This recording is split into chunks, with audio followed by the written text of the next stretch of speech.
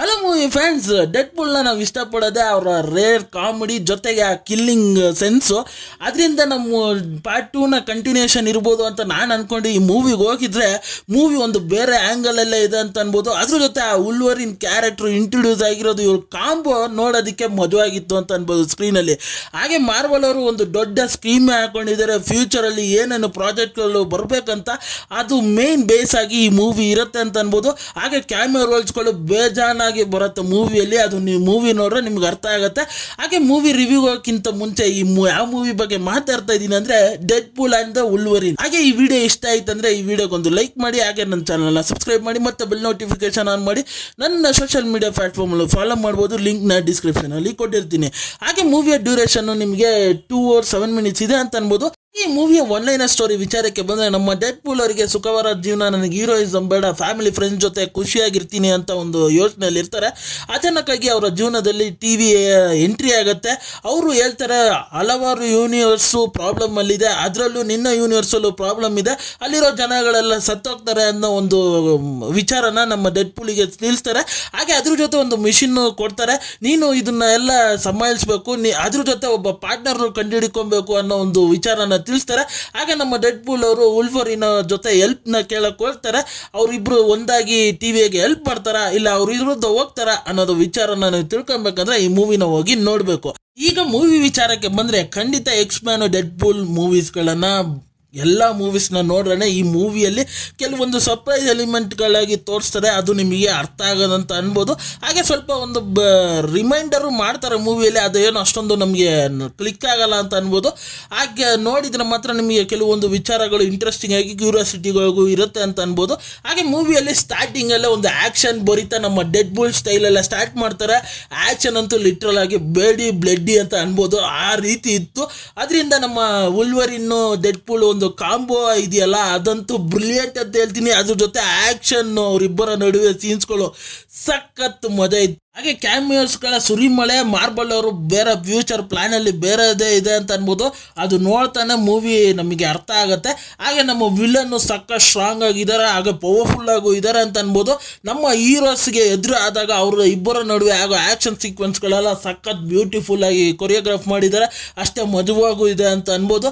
ಅಲ್ಲಿಂದ ಏನೋ second half ನಮ್ಮ ಡೆಡ್ ಪೂಲ್ ಉಲ್ವರಿನ್ ಜಗಳ ಆಗದೆ ನಮ್ಮ ವಿಲನ್ ಸಾಯಿಸ್ತಾರೆ ಅಂತ ಅನ್ಕೊಂಡಿದ್ರೆ, ಇಲ್ಲ ಗುರು, ಅವರಿಬ್ಬರು ಜಗಳ ಆಡ್ತಾರೆ. ಆ ಕಾರಲ್ಲಾಗಲಿ ಆ ಬೇರೆ ಒಂದು ಜಾಗದಲ್ಲಾಗಲಿ ಅವರಿಬ್ಬರು ನಡುವೆನೇ ಜಗಳ ನಡೀತಾರೆ. ಸರಿ, ಹೆಂಗಾರ ವಿಲನ್ನ ಸಾಯಿಸ್ತಾರೆ ಅಂತ ನಾನು ಕ್ಲೈಮ್ಯಾಕ್ಸ್ ತನಕ ಕ್ಯೂರಿಯಸ್ ಆಗಿ ನೋಡ್ತಾ ಇದ್ದೆ.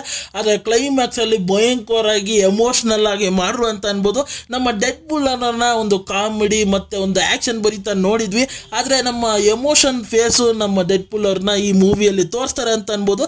ಹಾಗೆ ನಮ್ಮ ಉಲ್ವರಿನ್ ಅವ್ರಿಗೂ ಒಂದು ಫ್ಲ್ಯಾಶ್ ಬ್ಯಾಕ್ ಸ್ಟೋರಿನ ಇದೆ, ಆ ಫ್ಲ್ಯಾಶ್ ಬ್ಯಾಕ್ ಸ್ಟೋರಿನೂ ಬ್ಯೂಟಿಫುಲ್ ಆಗಿ ಪೋರ್ಟ್ರೇ ಮಾಡು ಅಂತ ಅನ್ಬೋದು ಸೆಕೆಂಡ್ ಹಾಫ್ ಅಲ್ಲಿ. ಹಾಗೆ ಆ ಕ್ಲೈಮ್ಯಾಕ್ಸ್ ಎಂಡ್ ಮಾಡಿರೋ ವಿಧಾನ ಸಖತ್ ಮಜವಾಗಿತ್ತು ಅಂತ ಅನ್ಬೋದು. ನನಗೆ ಇಷ್ಟ ಆಗಿದ್ದ ವಿಚಾರ ಅಂದ್ರೆ ಡೈಲಾಗ್ಸ್ಗಳು ಸಖತ್ ಬ್ರಿಲಿಯಂಟ್ ಆಗಿ ಬರ್ಕೊಂಡಿದ್ದಾರೆ. ಎಸ್ಪೆಷಲಿ ಒಂದು ಮಾಸ್ಟರ್ ಡೈಲಾಗ್ ಇದೆ. ಡೆಡ್ ಪೂಲ್ ಅವರು ಉಲ್ವರಿನ್ನ ಕರ್ಕೊಂಡ್ಬಂದು ಟಿವಿಯರಿಗೆ ತೋರಿಸ್ತಾರೆ. ಟಿವಿಯರಿಗೆ ಏನು ಆಪೋಸಿಟ್ ಆಗಿ ಹೇಳ್ತಾರೆ ಅಂದ್ರೆ, ನೀನು ಇವನೇನೆ ಸಿಕ್ಕಿದ್ದು, ಎಲ್ಲ ಉಲ್ವರಿನಲ್ಲಿ ವಸ್ಟ್ ಉಲ್ವರಿನ್ ಇವನೇನೆ ಅಂತ ಹೇಳ್ಬಿಟ್ಟು ಒಂದು ಡೈಲಾಗ್ ಹೊಡಿತಾರೆ. ಅದಂತೂ ಖರಾಬ್ ಅಂತ ಹೇಳ್ತೀನಿ. ಅದೇ ರೀತಿ ಹಲವಾರು ಫನ್ ಡೈಲಾಗ್ಸ್ಗಳು ಈ ಮೂವಿಯಲ್ಲಿದೆ. ಅದ್ರ ಜೊತೆ ನಮ್ಮ ಡೆಡ್ ಪೂಲ್ ಅವ್ರ ಜೊತೆ ಕೇಳಬೇಕಲ್ಲ, ಅವ್ರು ಹೊಡೆಯೋ ಡೈಲಾಗ್ಸ್ಗಳು ಅದು ಭಯಂಕರ ಆಗಿದೆ ಅಂತ ಅನ್ಬೋದು. ಮೂವಿಯ ಪಾತ್ರದ ವಿಚಾರಕ್ಕೆ ಬಂದರೆ, ಡೆಡ್ ಪೂಲ್ ಅಂಡ್ ಉಲ್ವರಿನ್ ಇವರಿಬ್ಬರ ಕಾಂಬೋ ನೋಡೋದಕ್ಕೆ ಸಖತ್ ಬ್ರಿಲಿಯಂಟ್ ಆಗಿದೆ. ಹಾಗೆ ಅವ್ರಿಗೆ ಕೊಟ್ಟಿರೋ ಪಾತ್ರನ ಚೆನ್ನಾಗಿ ನಿಭಾಯಿಸಿದ್ದಾರೆ ಅಂತ ಅನ್ಬೋದು.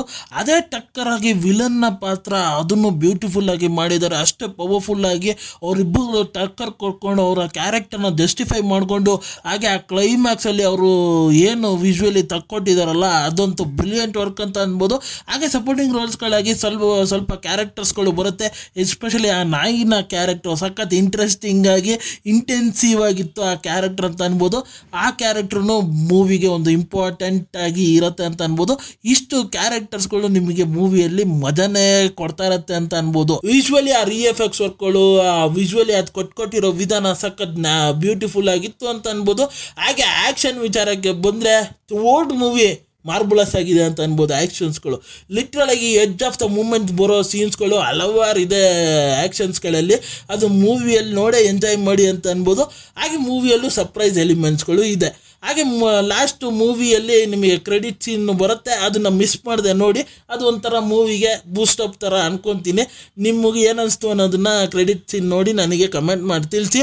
ಓವರಾಲ್ ಆಗಿ ಈ ಮೂವಿ ಖಂಡಿತ ಫ್ಯಾಮಿಲಿ ಸಮೇತ ನೋಡೋಕ್ಕಾಗಲ್ಲ. 18+ ಇದ್ದರೆ ಈ ಮೂವಿನ ಹೋಗಿ ನೋಡಿ.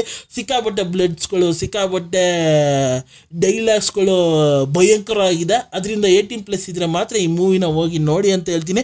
ಹಾಗೆ ಈ ಮೂವಿಗೆ ನನ್ನ ರೇಟಿಂಗ್ ವಿಚಾರಕ್ಕೆ ಬಂದರೆ ನಾನು 5ಗೆ 3.5 ಸ್ಟಾರ್ ಕೊಡ್ತೀನಿ ಅಂತ ಅನ್ಬೋದು. ಹಾಗೆ ಈ ರಿವ್ಯೂ ನಿಮಗೆ ಆನಸ್ಟ್ ಅನಿಸ್ತಾರೆ, ಈ ವಿಡಿಯೋ ಇಷ್ಟ ಆಯ್ತು ಅಂದರೆ ಈ ವಿಡಿಯೋಗೊಂದು ಲೈಕ್ ಮಾಡಿ, ಹಾಗೆ ನನ್ನ ಚಾನಲ್ನ ಸಬ್ಸ್ಕ್ರೈಬ್ ಮಾಡಿ ಮತ್ತು ಬೆಲ್ ನೋಟಿಫಿಕೇಶನ್ ಆನ್ ಮಾಡಿ. ನಿಮ್ಮ ಅನಿಸಿಕೆ ಅಭಿಪ್ರಾಯ ಏನೇ ಇದ್ರೂ ಕಮೆಂಟ್ ಮೂಲಕ ತಿಳಿಸ್ಬೋದು. ಮತ್ತೆ ಮುಂದಿನ ರಿವ್ಯೂ ಅಲ್ಲಿ ಸಿಗ್ತೀನಿ. ಅಲ್ಲಿ ತನಕ ನನ್ನ ಚಾನಲ್ಗೆ ಸ್ಟೇ ಟ್ಯೂನ್ ಆಗಿರಿ.